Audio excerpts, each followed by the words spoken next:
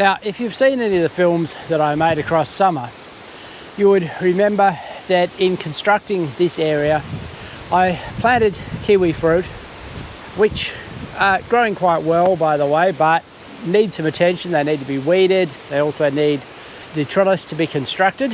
Hopefully that's going to happen soon. But I speculated at this other area what I was going to plant in it and suggested maybe that I would plant some hazelnuts. And that's what I'm going to do today.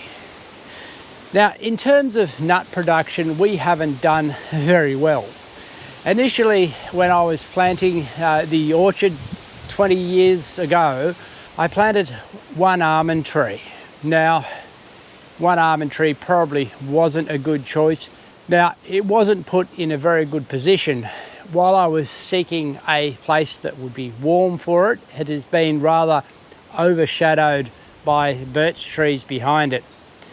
And it hasn't grown that well. It certainly has not produced well at all. We've maybe have had half a dozen nuts off it over the time. Almonds in Tasmania will grow okay if they're in a warm spot. Usually that is coastal, and if they have good soil, good moisture. I don't think my clay soil is ideal for them, and I think the later frosts that I'm inclined to get here is not good either. Also, we have one walnut tree.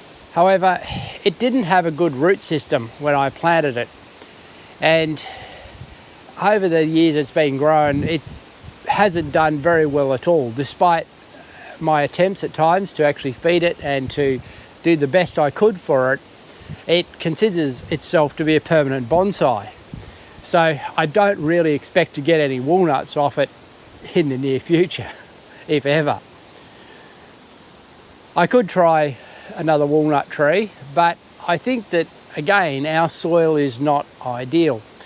Walnuts are produced quite well in Tasmania, but it's generally in red soils, richer soils than we have. The other nut that is grown in Tasmania are hazelnuts, as I'm planning to put in here, and also macadamia nuts. There's a few people in coastal areas that have macadamia trees that actually produce quite well. How they would go here, I'm not sure, but being a larger tree, I really haven't quite got the space. I probably could create it if I wanted to. But today I've chosen to go with hazelnuts for this area. Now again, hazelnuts could be a problem in terms of the soil, that this could be too high in its clay content. But this certainly is reasonably well drained clay. It's not going to be wet while it's damp right now because we've had a lot of rainfall over winter. It's July, the middle of winter here in Tasmania, and somewhat windy days. But this spot, most of the time, I probably will need to water rather than it being waterlogged. So I'm going to have a go with some hazelnuts. Now, you'll see some stakes that I've put in here, basically marking where I'm going to plant them. I'm planting 5 nut trees today, and the spacing is probably around about 2.5 meters approximately. I've just stepped it out, I haven't measured it precisely.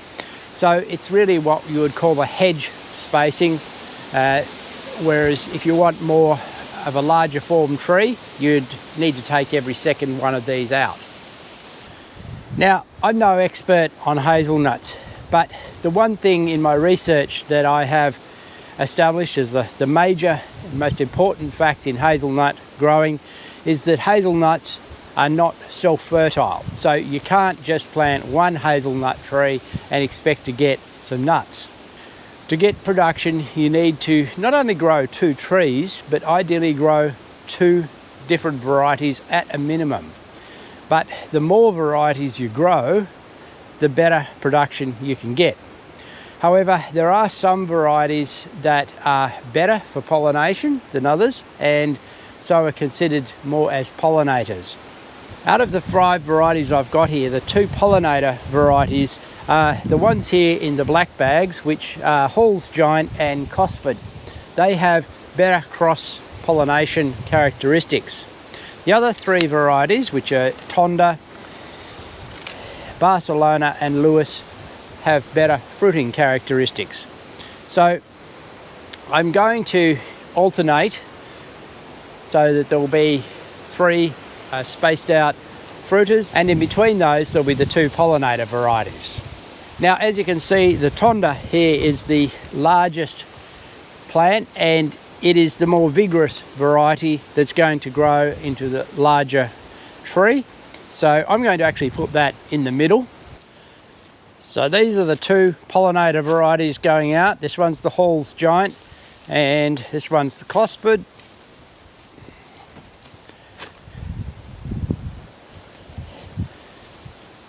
Hazelnuts are generally wind pollinated. They don't rely on bees or insects to carry the pollen around. It requires wind to move it.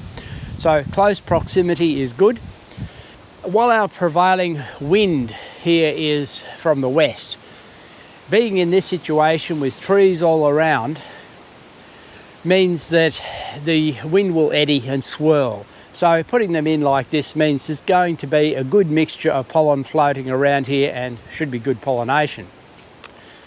So the final 2 fruiting ones, this one is the Lewis. It'll sit there for me. And the Barcelona at the far end.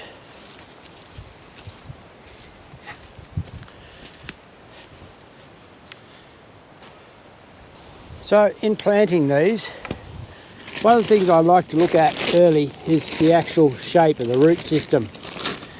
Now, if you look at these, how they're going to spread out and how wide, because you really want to be able to have a hole that's going to run these out nicely and take it back to where it was, which is at least that deep into the soil. You can see soil up to there, it's probably been mulch, so at least soil up to that level. And so it's not so much the depth, but it's actually the width that's going to be required for these roots to come out. So we'll move that aside and begin digging. Now the top of this soil is better than the deeper soil, which is more clay. So I'll put that to one side. It can be used for backfilling.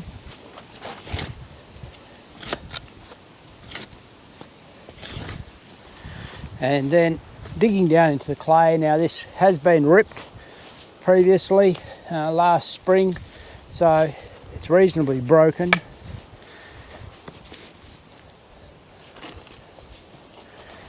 But this is where you hit the heavy clay, and if there's going to be a problem with these hazelnuts, it's this clay down here that's going to cause that problem.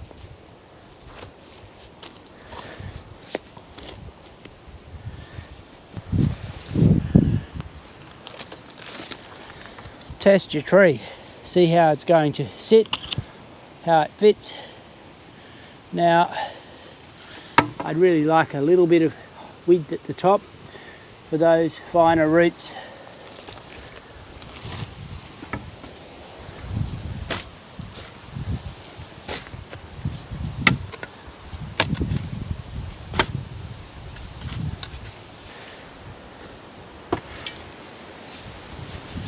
Adding a little bit of compost, mixing that in.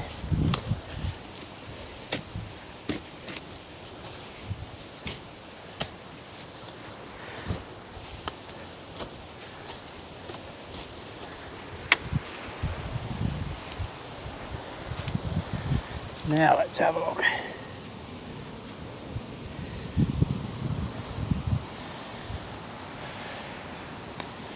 And I'm fairly happy with that. But I will put my stake in while I can see the roots and how that's going to fit.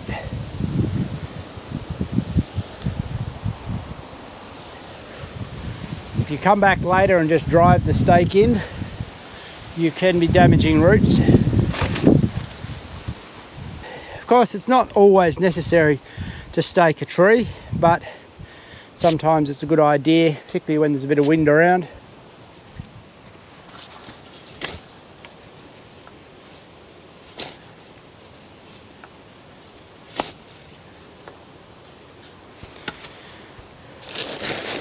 I'll use this potting mix as well, what's been used to keep them moist.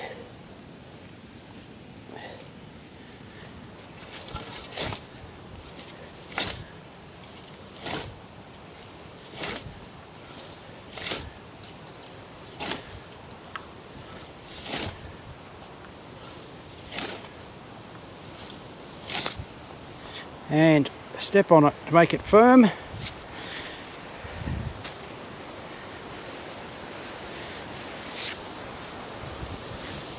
This wall of clay can be a retaining wall for moisture, also for the mulch when that comes along in springtime.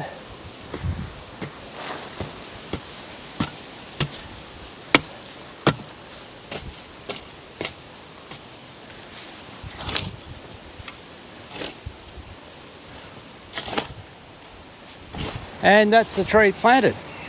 Now that I've got them planted, it's time to look at the actual structure of the tree and see if it's the shape I wanted. Now, personally, I want to grow them to at least about this height as a single stem. There's a couple that are already well on that way, but others like this have a second branch down here that I don't want. So I'm going to come in and take that out.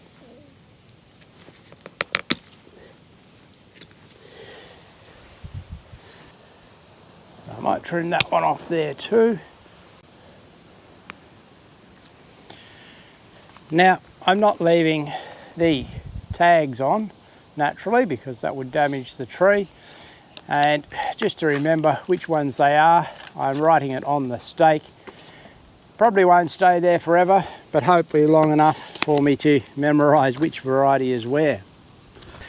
So that's all 5 trees planted and set for growth. Now, I'm not watering them in at this stage because we expect more rain. It's July, which is generally the wettest month here in Tasmania, and over the next few weeks they're going to get plenty of water to settle the roots, and they'll get underway nicely. Should come off fine in spring. Now, I've only put a little bit of compost around them on the surface. I haven't mulched them yet. As I say, with it so wet this time of the year, it's not necessary, but in springtime, as it begins to dry out a little bit, I will come back and give them a really good mulch, because these trees, being young and the first season, are really going to need that across the summer.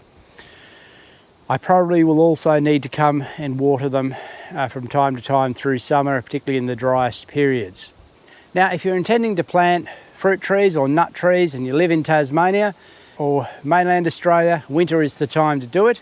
And if you haven't done it yet this winter, go and get them now and get them into the ground, and they'll get a good start for spring.